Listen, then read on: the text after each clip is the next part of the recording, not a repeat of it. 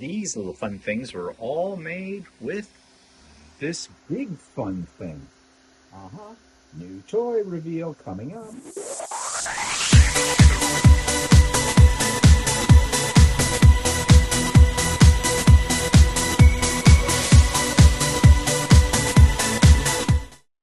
Good morning, everybody. It's Stephen here for Bland Designs and the Idiot Quilter, and welcome to my weekly vlog for February the 18th, 2024, and it's vlog number 350.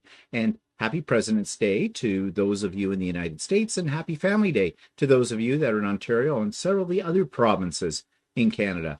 And I know that in some of the other provinces, they don't call it Family Day. We do here in Ontario, but I think out east, they call it Heritage Day, and there's a whole bunch of different names for it. But anyways, it's a long weekend. Of course, for Walter and I, being retired, and anybody else who's retired out there, every day's a long weekend, isn't it? Yeah. So let's move right into what I have been working on.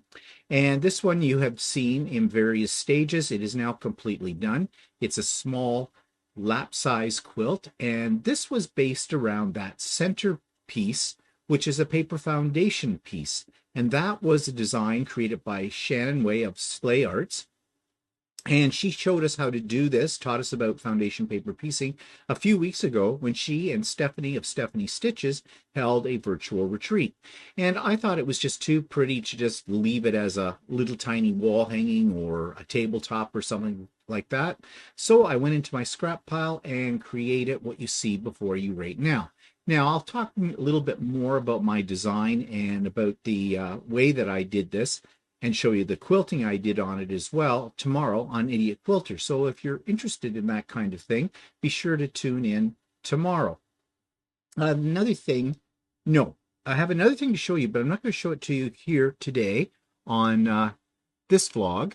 I'm saving it for the Idiot Quilter tomorrow because I have been working on a new pattern, my own original pattern, and I've got a few blocks already put together to show you what that'll look like. But tomorrow I'll talk about that in more detail. And yes, if you're very observant and looking over my left shoulder, you will see some of the blocks for that new quilt design. And that's all I'm going to say about that right now. So let's jump right into, let's see, what do we got here? Oh yeah, the YouTube channel of the week. Now, this one is kind of related to quilting in a way, but it's also connects to another one of my loves, which is 3D printing. And I got a new toy this week, and I'm going to share that with you momentarily. But this YouTube channel, the creator of it, who's big into 3D printing, sent out a challenge to his viewers to create art pieces from little blocks that, in my mind, look like half square triangles, but they are made on 3D printers to create artwork. So here's a review of that YouTube channel. This week's YouTube video clip comes from a guy who has figured out a way to merge 3D technology with quilting. Well, he didn't do this on purpose. He's not a quilter. He's a 3D printer guru. He basically designs all kinds of really cool things for 3D production. And he ran a competition earlier this year. He called it the Auxetic Art Competition. And these are the winners. And basically, he gave them the designs to create what we as quilters would call half square triangles, but to print them out in PLA or whatever filament people want to use with their 3D printer, and then create artworks with them. Basically, if you take a look at this and you are a quilter, you will see traditional quilt designs that have come from basically half square triangles. But I thought it was really kind of cool that this was showing sort of a crossover between two different forms of creativity and technology, but how they kind of merged together. Now, he never once in this video mentions quilting at all, but if you watch this video, you're going to see some very interesting designs that you could develop into a quilt pattern. So I thought this was really quite intriguing, and I might try some of these as blocks for a quilt pattern. I don't know. So anyways, if you want to see the world of 3D printing and the world of quilting come together in one video, then check this particular one out. So if you're interested in modern art, because it does have modern art, if you're interested in 3D printing, and if you want some ideas for creating quilt blocks, check that YouTube channel out. And the link is in my show notes below. There's also a link for a lot of things, so I'm going to go through them all very carefully, but quickly. Okay, so there is a link, which is a standard link for Sewing with Stephanie and Stephen on Wednesday mornings starting at 8 a.m. Eastern and running until about 4 p.m. in the afternoon Eastern. Everyone is welcome. Bring whatever you want to work on. Come and go as you please. This week's going to be a little different because we're going to be minus Stephanie. Stephanie is off to Quiltcon, and that's a big quilt show and vendor outlet for the quilting community. Wish I was going. It sounds fantastic, but it's in someplace in the southern United States area. I want to say it's Raleigh. I think it's Raleigh, but needless to say, we're not going. Getting there is more complicated than it is for people who live in the States, you know, and more expensive too. Flights in Canada are ridiculous. In so many ways, they're ridiculous. Hopefully, in another 6 weeks when we leave for Australia, our flight will go along okay. But I digress. So with Stephanie, well, just so with Stephen this week. That means there'll be nobody there, just me.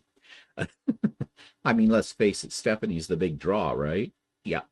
And I'm not actually being funny about that in a way. Anyways, I am having a pop-up sew day too at the end of this week on Saturday. That's February the 24th. That'll start at 8 a.m. as well, Eastern time, and run till approximately 5 p.m. Eastern time. And again, it's a come and go, whatever you like. You don't have to reserve a spot or anything like that. You just show up, and no problem not that you won't get a spot. I don't usually have more than, 40 or so. I think my top has been about 44 in and out all day for that. So, you want to have a nice day of, catching up on some projects and things like that. Join us. Links in the show notes. And just a reminder to any of you that come on a regular basis, I used to have a reoccurring link for that, meaning it was always the same code to get in. But Zoom has changed the way they do reoccurring links. They still do them, but it's stupid.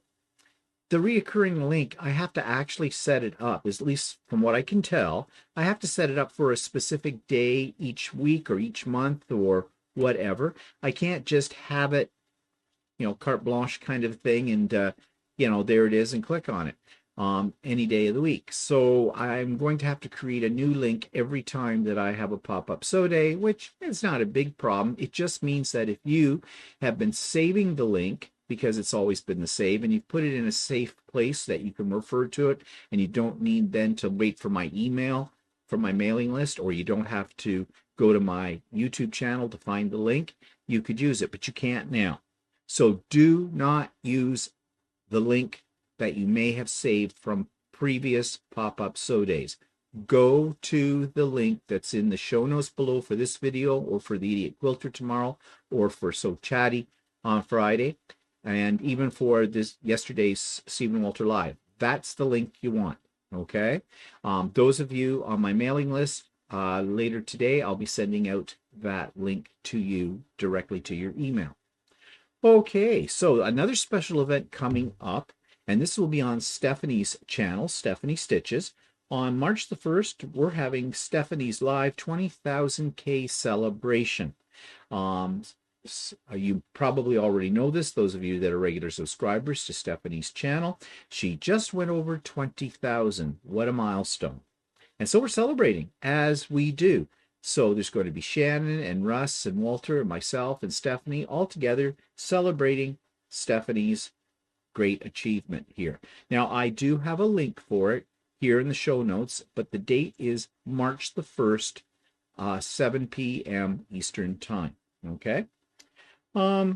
Then there's links to all my friends' channels, and Shannon just went over 1,000. That's what she was striving for. Congratulations, Shannon. And thank you to all of you who've gone over to her channel and subscribed to it. And Russ is very, very close for Quilt Meets World to getting his goal of 1,000. So if you have never visited Russ's channel, please do. The link is in the show notes. And click on subscribe and like. It costs you nothing, and it's going to help him out. We want to get him over the hump as well. Okay.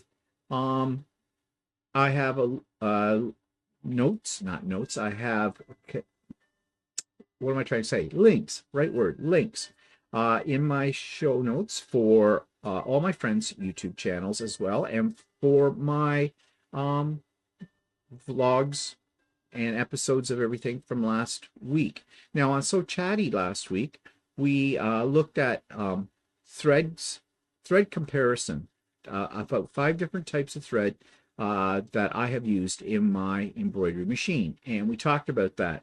And then, of course, Walter, in his infinite wisdom, as he always does, and I stand to be corrected, he pointed out to me that I did not really talk about the intricacies of hooping.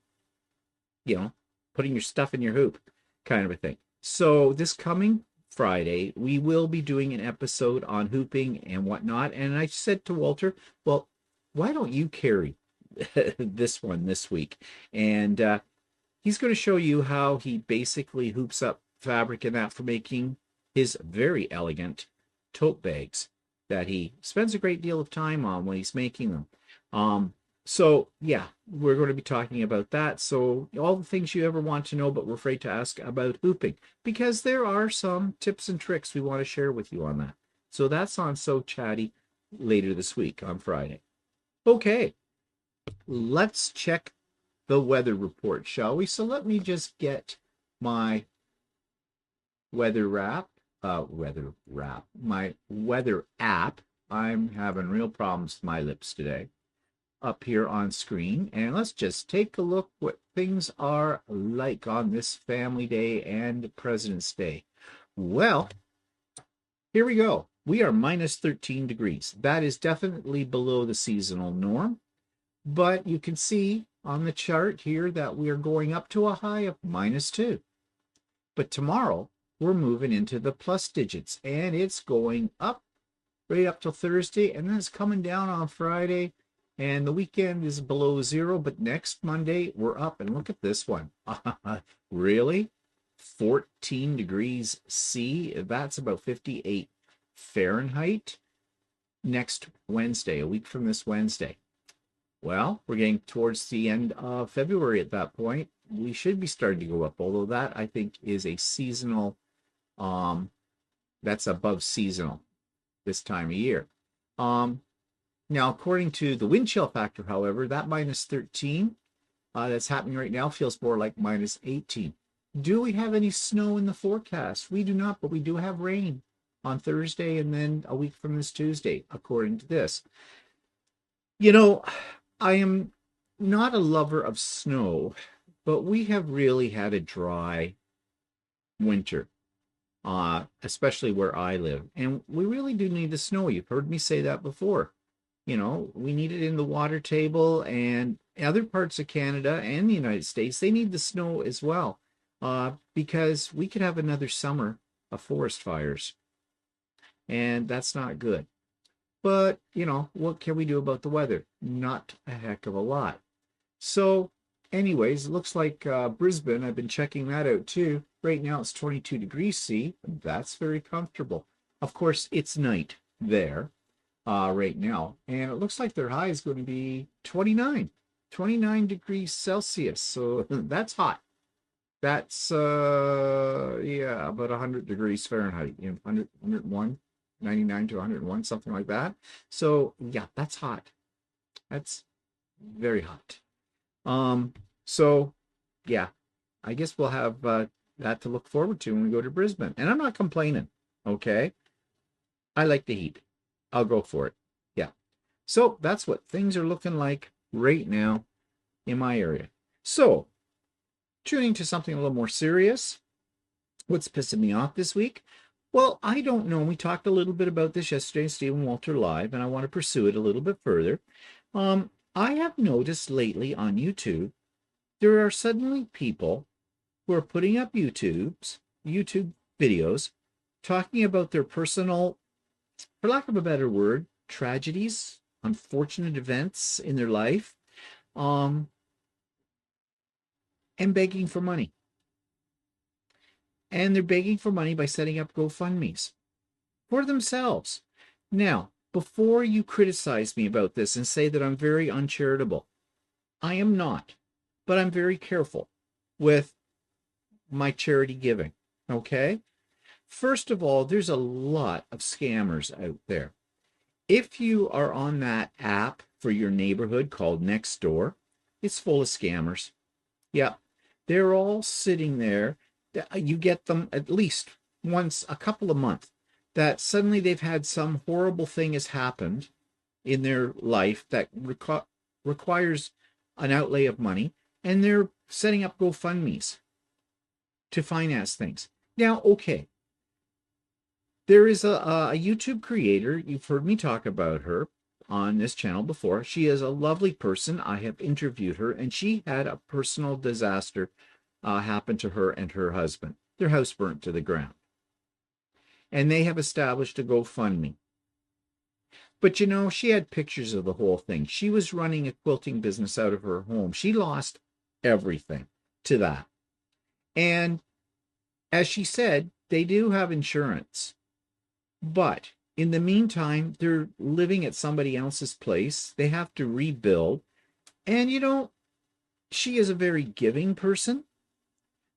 So I did donate to her through her GoFundMe for it because, you know, I think she's worthy of being supported. But then I see one from another woman who's going on and on about her parents. Her parents are elderly. They live on their own, and they're not in the best of health. She has been going over there and cooking, cleaning, you know, helping them out. They really need to be in an old age home, into a, you know, a senior's place or something where they can get the proper care.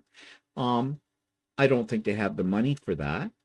She's been going over and doing all this stuff for them, and she says she's exhausted. So now she's appealing on a GoFundMe for money to help out her parents. Okay, this is where I am skeptical. Okay, and here's why I'm skeptical. All right.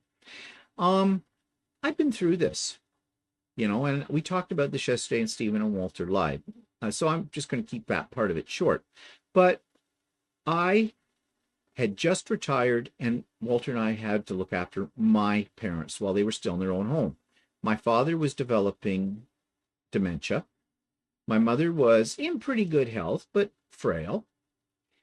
They were having difficulty maintaining well, it started with the outside of their house in terms of, you know, just simple things, grass cutting, weeding, you know, that kind of stuff. I hired a kid to come every week and cut their grass. We paid for that. And then as my father got progressively worse, we were paying for respite care for my mother so she could get out of the house and have her hair done and do some grocery shopping. We were doing grocery shopping for them. We were looking after their bills. Well, looking after the bills, I put out a lot of money that I didn't really have. I was a pensioner, okay, to pay off debts that they had been stacking up for a long time, in some cases years on that. So I was trying to pull them out of debt. At the same time, I'm trying to maintain my house. I am trying to feed myself and all of that. I have siblings, but one sibling is in BC, so, you know, 5,000 kilometers away, a little far. And my sister had her own family she had to look after as well. So yeah, the burden of it fell on my shoulders. It was a financial burden. It was a physical burden. It was an emotional burden. But I did not go to GoFundMe and look for strangers to give me money to look after my family. You look after your own. You really do. So, I don't have any sympathy for this woman because this is the cycle of life, the circle of life. All right. As our parents get older, more responsibility falls on their children's shoulders to look after them. We have an obligation. And yes, we have busy lives and we have lives of our own to look after. We just have to make it work. And it's not easy. I'm not going to pretend that there weren't days that I went into, a depression and anger about all of it, and a little bit of the, feeling sorry for myself for all of this. But you persevere, you push on, because what's the alternative? Well, apparently the alternative is to get strangers to give you money for this. So I'm seeing these kind of videos coming up on YouTube. Well, why on YouTube? Because there is a wider audience out there. But I just think it's disgusting. I really do. On so many different levels. Okay? Now, on these apps like Nextdoor, one guy had a burst pipe in his house. Turned around and said, they couldn't live in the house as they were getting the repairs done and everything like that, but they needed money for a hotel. Well, luckily, there were some people that were a little bit more in the know and said back, well, look, don't you have house insurance? Because house insurance will cover your hotel bills, or at least part of them. The guy says, he had never thought of that. Bull roar. Bull roar. If you're a house owner, you have to have house insurance. At least here you do. And you know what your house insurance covers. You pay for it every month. Okay? It smells to me like this guy's trying to play that he was innocent and didn't know. I don't believe that for a moment.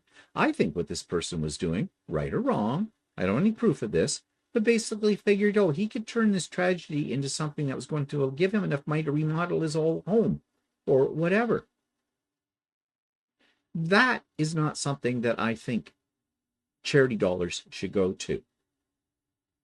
So, there's a lot of that going around. You also see people who are off to the food banks. The food banks in our area are at record highs for use. And the people that are using them the most are not the people who necessarily really need them. They are people that are working full-time jobs, in most cases have 2 incomes, they have 2 cars, they have a house, and they're living beyond their means. So they're going to the food bank to supplement their grocery bill. And you may say, that's just trite. No, we have friends that work at food banks and have told us about the people who drive up in the Mercedes Benz and they have a payment on their car this month. So they're using the grocery money for that, and they're supplementing their grocery money by going into the food bank. They are taking food literally out of the mouths of those people who really, really need it. What do you do if you're in that situation? You downsize. It's simple, but people want more for less all the time, don't they?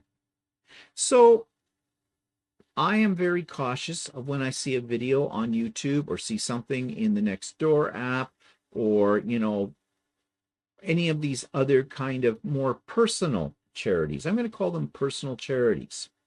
Help yourself. Help yourself. You're not out on the streets. You have a job. Make it work. There are ways to make it work. And there are places you can go that will help you make it work as well in our society. So maybe take a look at that. In Canada, we do have places like that. And there are many of those places that cost you nothing. So before you start relying upon the kindness of strangers, do your research and see what resources are in your community that, can help you in some way. Stop begging. Have some pride. Okay, off the soapbox. All right, new products. Yes, I bought a new printer, and I'm going to talk about that in a minute. But that's the only thing that I bought new this week. But let's take a look at how things are going with the grow light situation, shall we? And let me just find my pictures of my grow light. They don't look that much different from what I showed you last week. Walter did some cleaning out. He cleaned out a lot of the dead wood, so to speak, out of this lettuce tray. The only thing we're growing in this grow light situation right now is lettuce, and the same with grow light number 2. New lettuce, that's it. You see these empty pots here? Well, we're trying to get a control of our little infestation of gnats. They're not that bad, but, well, they're bad. I don't like little things flying by me. I get a little worried because my father started to see bugs when he had dementia, and there weren't any there. And sometimes a little gnat flies by me, and I look and I go, okay, I hope that's real, because otherwise. But anyways, the plan is he started to clean out the jungle. We're leaving these little tomatoes here for now because they're actually ripening up. But then he's going to clean all of this out. And get rid of everything, clean it up. And you can see, I said that the gnat problem, see these little sticky things, those little black marks, those are all gnats stuck to it. Yeah. So he's going to clean this all out and whatnot before we go to Australia. And then when we come back from Australia, we're going to start fresh. And I think we're going to limit ourselves to things like the onions. The onions are doing so well. And maybe peppers and lettuce for sure. And basil, maybe a few other herbs. We're not going to worry about tomatoes. The tomatoes take way too long under the lights. We'll just do those out on the deck in the spring again, in the summer. And yeah, and we will not bring in things from outdoors indoors because that's Walter's theory is how we got the gnats. They all came in with the tomato plants and pepper plants that we brought in to the house. It's funny, the gnats do not like the onions. They stay away from the onions, but they love the green peppers. Yeah, and the tomatoes. So that's the plan for our indoor gardening, how things have changed over time. I don't know. I think we need to do a little bit more research to see what other kind of things do well indoors as far as edible products are concerned, because produce isn't going down in price. It's still up there, and it's never going to go down in price. They're getting the money for it, so they're not going to drop their prices anytime soon in the grocery stores. Okay, so the 3D corner. Okay, let me show you what I bought. I bought a new printer, and you heard me talking about this. And I bought this from Amazon, and it is a Creality printer. And that's the brand that I use. This is now printer number 4, but this one is the most sophisticated of any of the printers I have bought to date. This is what the baby looks like. And why is this revolutionary in comparison to the other 3 that I own? Well, one of the things is it comes with a direct drive extruder. That's that little black box up here. This is where the filament pulled down to is heated up and comes out on your plate. And that's really nice. Now, I've installed direct drive extruders on my other 3 printers, and I love those. They're great. But then you see this little black box underneath the wheel, a filament. That is called a filament out sensor. And there are times when you're doing a print, and say overnight, and you go to bed. And the next morning, you ran out sometime in the night of filament, but the printer's still going, and you've got half of a model done, kind of a deal. This will stop the printer. If it detects that it's out of filament, it will stop the printer. A nice little feature to have. The other thing, though, that really has me excited is the bed. The bed of the printer is where everything happens, basically. and it has to be level. And if it's not level, you have a problem. And I'm going to show you what a problem like that looks like in a moment. This has automatic bed leveling. It's called a BL Touch. It's built into it. It's a little probe that at the start of a print, it comes down and it touches the build plate ever so lightly in 25 different spots, like a grid. And your naked eye doesn't really pick it up, but build plates are not perfectly flat and level.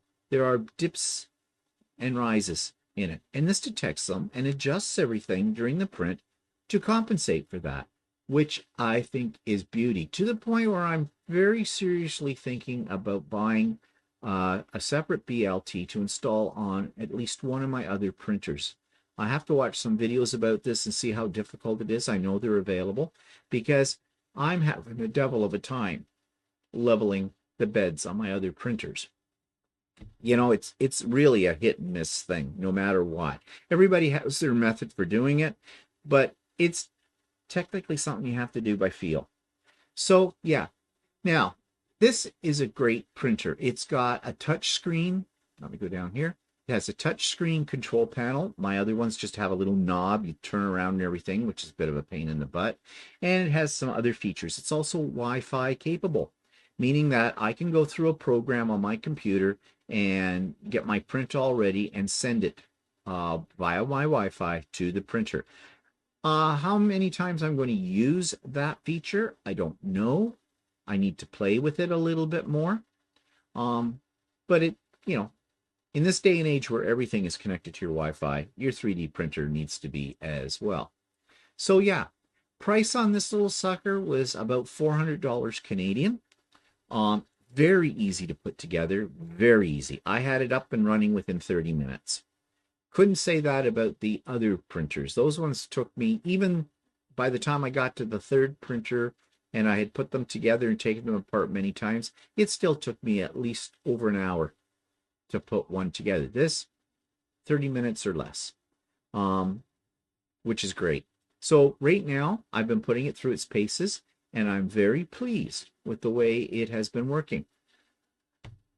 I am so pleased with the way it's working. I'm not going to do this. I am not going to do this. But it would be nice to replace each of the other older printers with one of these. Yeah, I'm not going to do that. That's a big outlay of money for my toys. And no. I almost forgot that I did create a video showing you my whole setup and another problem that I am having, but I'm going to have solved. And that has to do with the power supply in this room. So I'm going to insert that little video that I made in here right now. So this is what my 3D print mill looks like. Yes, there are 3 3D printers here. Now you know that I love to 3D print, but I just added a 4th printer to my collection. And you're going to say, is 3 not enough? No, it's not. 4 or better. But I have some problems now that this is generated, but I'll talk about that in a minute. First of all, I want to introduce you to my new baby, my new toy, and it's right here. And this is a Creality, which all of these machines are Crealities, but this is a Creality version 3 KE machine. Now, what makes this different from the other machines it's sitting next to? Well, this one has some other features. One, the assembly. Very, very fast, very easy. Was basically done in under about 30 minutes. I got it all together, and that is a fast improvement over the older version 2 machines and even the version 1. The other thing I like about this is it's got some extra features. One, it's a touch panel screen now, whereas my other ones look like a touch panel, but they're not. They're controlled by a knob, which is a bit of a pain in the butt. Especially with everything being touchscreen these days. So this is a touch screen, and it is, if you see up here in the top right-hand corner, there's the little symbol for Wi-Fi. It is Wi-Fi capable, and I can print to this machine from my computer, sort of. You have to go through a program online that Creality produces called Creality Cloud to do it. But I also have a camera at the back that you can see a little flashing. See that little flashing light on that box and the camera? Difficult to see because it blends in the background, but right down in there is a camera. And this camera will supposedly detect when something goes wrong with the machine, but I don't think this particular camera is going to do that. What it does give me the ability to do, though, is tap into this with my iPhone, and I can see what's happening wherever I am out and about, which is good. The other thing that I liked about this is it does have a filament sensor out, which I believe when it hits that, it will pause the machine. I don't know if it'll stop the machine completely. I've got to read up on that. But it will give me a warning that it's, I'm getting to the end of my filament, need to put in some more, which is a nice little feature to have too. I don't know how often I'll use it, but it's nice to have it. The other thing too is that this has automatic bed leveling. It has what they call a BL Touch built into it, which basically goes around the build plate, which is what this plastic thing is sitting on right now, and touches it in 25 different spots to read the various different ridges and valleys that may exist. Now they're very small, very, very tiny. You can't see them with the naked eye, but that way it makes sure that everything is level and your print is going to come out beautifully, which is a really nice feature.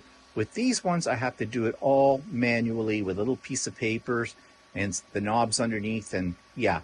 Now, when I first got this out of the box and put it together, and as I said, it was very easy, when I put it through that test leveling, it was making a horrible noise, like the build plate was dragging. And I looked underneath to make sure all the packaging was taken away, and it was. And I couldn't figure it out, and I thought, oh God, what's going on? But then I thought about it. There's a belt. See this little silver knob? There's a belt that goes around there, and that's what's pulling this bed plate across, and it seemed very loose, so it was very easy to tighten it up. I've tightened belts before, but on the other machines it's a little bit more of a chore. But with this one, there's just a little screw mechanism at the back of the machine. Gave it a few little tightened it up a little bit with my screwdriver, and presto bingo, no more problem. So I've been putting it through its tests right now. It's supposed to be faster than the other machines, but I think right now it's operating at the speed my other machines operate at. That is a setting that when you do what they call slice a model, which is you take a model and make it basically a computer program. The software does it for you automatically. That tells the machine how to print out your object. And in that setting, you can adjust the speed up. So I might try that and just see how well that works. I expect that that's more hype from the manufacturers than in reality a benefit. So yeah, so I'm really happy I've got this. It wasn't that expensive. It was only about $400 Canadian, which was, pretty reasonable considering these machines are around $300. So about $100 more. And as you can see, I have all of them working away here. Yes, there are still some tips and tricks and things you have to do. You have to like to tinker. And if you don't like to tinker with electronics and mechanical things, then don't get a 3D printer. However, I have to say that I've had 3D printers now for about 4 years, maybe a little longer. And they're getting better all the time in this price range. I mean, you can spend a lot more money, like thousands of dollars on a 3D printer. Are they better? Well, they might be a little bigger. They might handle, more sophisticated materials. However, I don't know if they're at consumer level plug and play just yet, but this one comes really close. So if you're thinking about buying a 3D printer, your first one, right now, my opinion might change. I hope it doesn't. But right now, I would say this is the one to get. The Creality Ender 3 version 3 KE, I believe is what the whole name of this is. Now, the one other little problem I have, this is all in my sewing room, as you know, and all of these things are basically coming out of one outlet that's wired into, of course, the panel box, right? And behind each one of these, I have a little black box. This is an uninterrupted power supply. So if the power goes down, the printers run off the battery for a certain amount of time. Not long, but enough for me to, possibly save whatever I'm doing. But here's my problem. My iron. When I plug in my iron, it's on the other side of the room. This whole room is on one circuit. these draw a lot of amperage. So does the iron. So I'm trying to think of a way to get around that, short of having to have a new circuit put into the new, what do you call it, circuit switch into the panel, and a new outlet wired up that'll be exclusively for the printers, and that may come. Now, Walter thinks he might be able to do that, but I do have a brother-in-law who's an electrical engineer, and I'm sure he could do it for us as well. We'll see, because it's a real pain in the butt when you're heating up your iron. That's when it happens. When you're heating up your iron for the steam, everything goes down in this room. So I'm about to see if that's going to happen right now, because I do have a little trick that I use.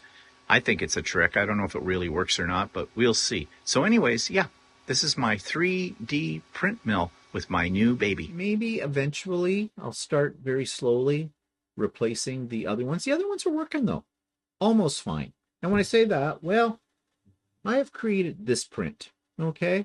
It's a gnome with a bucket, okay? I'm having a problem. It started out not too bad, but I did hear the printer making this click noise when it was doing this, but I decided to ignore that. I really shouldn't, because look at this. This is called crunchy. Yeah, it's not supposed to do that, okay?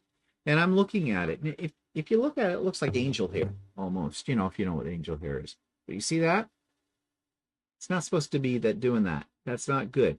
I discovered that this morning when I came down, when I got up, and yeah, something's not right. I'm not really sure exactly what it is, why it's going crunchy at that, but yeah, it seems to have started going crunchy in the last, well, no, look at that. The whole thing, it is hollow. It's hollow. It's not supposed to be hollow. Oh yeah. So something is not right, and I got it figured out why it's doing that. I have had this problem before with that particular printer, and it's my oldest printer.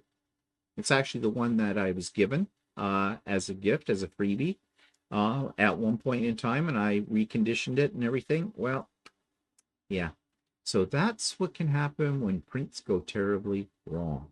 So that's a project for later today for me to figure out and see if I can solve the problem. I have some ideas. We'll go from there. Okay, so yeah. So again, although they're making printers much better, and they're getting better and better, they're still not completely plug and play or set it and forget it, okay? There is some tinkering that needs to be done. So if you don't like tinkering with electronics, with machines, 3D printing may not be for you. Okay, so that takes me to Blasts from the Past strips. This is part 3 of the Nurutpa, part of our trip in Australia in 2018. And I'm going to put it up here for you right now. So this is near Quilter. I don't know how you say it. But this is looking down the street from it. You can't really see much because of all the trees. Nariupta. Who? Nariupta. Nariupta. Well, whatever. Again, anybody in Australia, not Austria. Australia. You can let us know how to really say that. This is where we're staying. Actually, it's a fairly nice place, in spite of the crowd. But that might have been just random luck that they do that kind of thing. I don't know, a bunch of them. Well, I don't know, a bunch of them were dressed in like black skirts or dresses and everything, and the guys had some black pants and white shirts, so they looked like maybe they were at something. I don't know. But whatever. Not that big a deal. And this is just down the street a little further. It is not the Sleepy Hotel.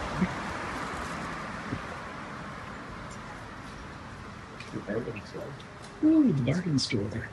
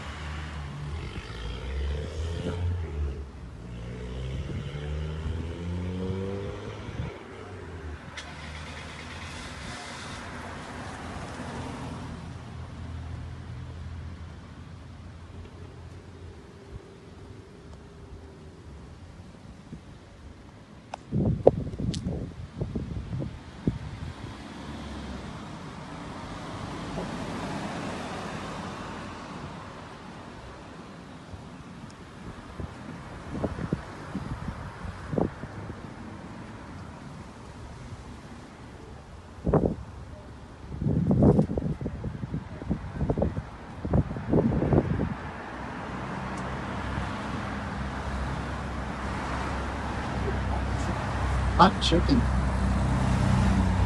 Eat it and take away. Chicken.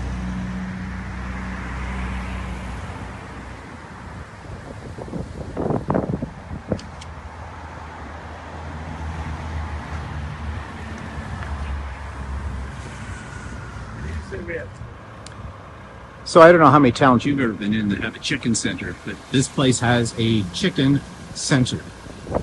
Not really sure what that means. It's open 6 days, so I'm assuming that it's either a restaurant. It's got little tables out here, so you can get chicken done in many, many ways. Oh, and they have beef kafta wraps and falafel wraps too, so they have everything. And then you have the Fleur Center, which is flowers and coffee, because nothing says delicious like dunking a flour in a coffee.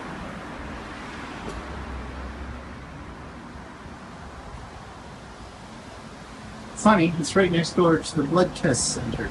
Kind of wondering about that. Or your fit doctor. Oh, good. It's one-stop shopping.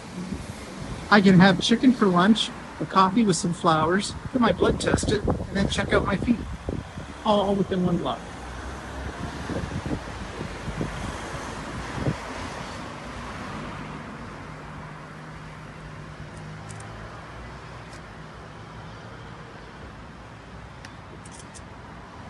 It's the book. Sorry, I'm really short. No.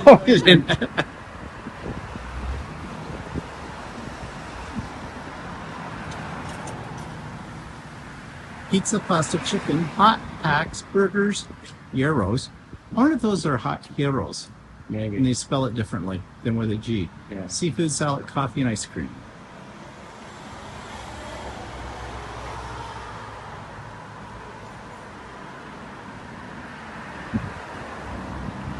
Oh look, scrapbooking magazines.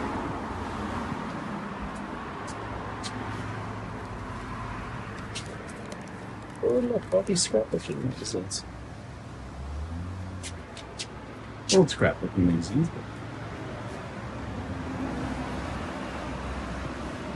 Here's another hotel. Divine Court. Okay, glad I'm not staying there.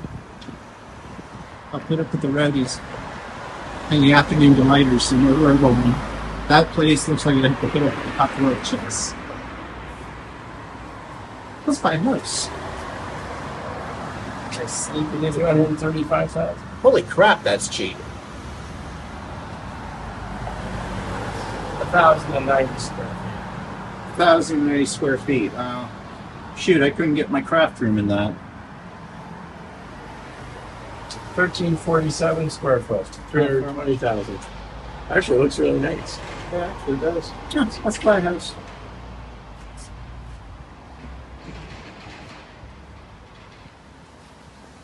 Say, take you under this one. Where's that? Oh, a bit off the top.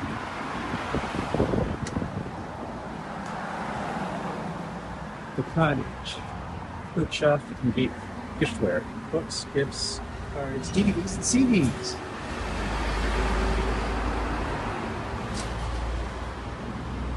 Tattoos and piercing. Hey, let's go in and get a kangaroo tattoo.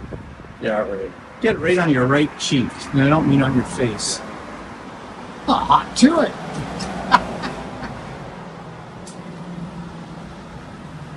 Well, wouldn't you like a lasting souvenir of Australia? Or maybe a wallaby? Now your ass is big enough to handle a kangaroo. That's what he calls. Yeah, no, I just get a little wallaby. Just get a little wallaby. Or one of those cute birds that make the sounds, those magpies or maggies or whatever they call them. Flowers.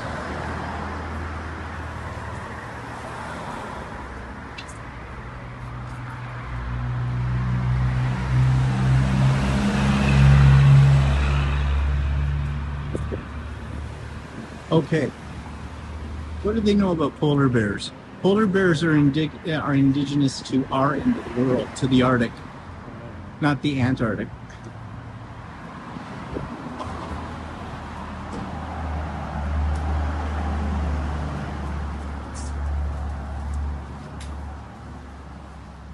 travel?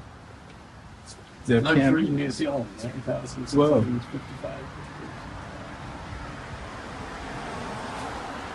Well, there was that one that had the Canada and Alaska one on the rail for, what was it, 17,000? Got to show everybody. Why not?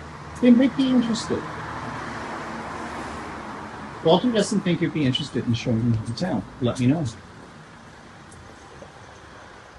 Okay, so events of the past week. Well, on Wednesday night at 7 p.m., we had our monthly The Social Review, which is where Stephanie of Stephanie Stitches, Shannon of Slay Arts, Russ of Quilt Meets World, and Walter and I all get together on a live and talk about things. And our topic this week was about quilts that mean something to us, that are attached to memories or something like that. And we shared our quilts and talked about the story behind them. And I think people found that really interesting. I found it really interesting listening to everybody else about their stories about why their quilts were, you know, why they picked the one they did, what the memories were that were associated with it. And the stories were very interesting. So we do this once a month. The next one is on March I think it's March the 6th. Don't quote me on that. Look it up. It's whatever the first, not Wednesday. We did that Wednesday? Yeah, we did it Wednesday. It's the first Wednesday of every month. So yeah, tune in for that for the next one. That one will be on because we're switching channels each time. Our last one was on Stephanie's channel. And I do have a link for it in the show notes. And our next one, I do have a link for it in the show notes, do I not? Nope, I don't. You'll have to find it yourself. Yeah, it was there last week. It was on Stephanie's channel, so that's where you'll find it. This next one's going to be on Russ's channel, Quilt Meets World. And I have no idea what we're talking about yet because Russ hasn't told us about that. So as soon as he does, I'll let you know. Okay, and what else has happened this past week? Not much. I have been really having some problems with my Somo Showdown, whatever, getting myself motivated. I've been a little bored. I mean, I'm working on a new pattern, yes. I did get that quilt I call Shannon's Way. I did get that quilted. I have 3 more I need to put on Lucy. I'm just lacking energy. Is it the time of the year? Is it the fact that even though the days are starting to get a little longer, I'm feeling a little deprived of sunshine? I don't know. I've also been feeling a little housebound. Need to get out. Really do. So I got to get myself back into my mindset with all of this. And, because I love these hobbies. I love working on them. It's the motivation. I'm just not sure what that's all about. So anyways, yeah, how I got on that, I don't know. But other things that happened this week. Well, last night, Walter made pizza. Now, Walter makes homemade pizza, but he's got this wonderful recipe that he found on YouTube. Jennifer Cooks or something like that. I don't know what it is, for pizza crust. And being Walter, he doesn't follow her recipe exactly because her recipe, he was telling me last night, something like you're supposed to let it rise overnight. You're supposed to chill it or do something like this. He doesn't do any of those things. And it turns out great. And it is the best pizza crust I have ever eaten. It is nice and soft, somewhat bread-like, but not completely. And anyways, it was great. So I thought I'd show you what I'm talking about. Just a very short little video of Walter putting the pizza together and then what the end result was. In another episode of In Wally's Kitchen, what are you making, Walter? Pan pizza. Pan pizza. I always like your crust in your pan pizza because it's always nice and soft. And what are we putting on the pizza? Ham, Black Forest ham and mushrooms and onions from our garden and green peppers and some black olives. And black olives. We'll have to check in when it's cooked. Okay, so here's the final version of Walter's pizza. And he's taking out a piece right now and serving it up. And the crust is so nice and soft, and I like it like that. I don't like breaking a tooth on the crust. So, yep, pizza night. And he did such a nice job, didn't you? Mm-hmm. So that brings me pretty much to the end of this episode of my blog. What's coming up? Well, I've already mentioned Up SOD Day this Saturday, February 24th, starting at 8 a.m. Come anytime you wish. And the link for that is in the show notes. And as I said, remember, this is a brand new link. So if you've got the old reoccurring link, get rid of it. This is the one you want. And of course, I mentioned Stephanie's 20,000 celebration, and that's March the 1st. So we're a little ways away from that yet. Really long distance, May the 4th, may the 4th be with you, is going to be my spring retreat. More details will be coming out in another month or so about that as well, how you register for it, and you know, all the good things we're going to be doing on that day, because my retreats always have special guests as well doing something, and I do have special guests already lined up for something special as well with that, but that's not till May the 4th. And I think that's about it. So I hope you have a great week, and tune into to the Idiot Quilter, or IQ as I like to call it these days, tomorrow and later in the week. So Chatty. We'll see you later. Bye for now.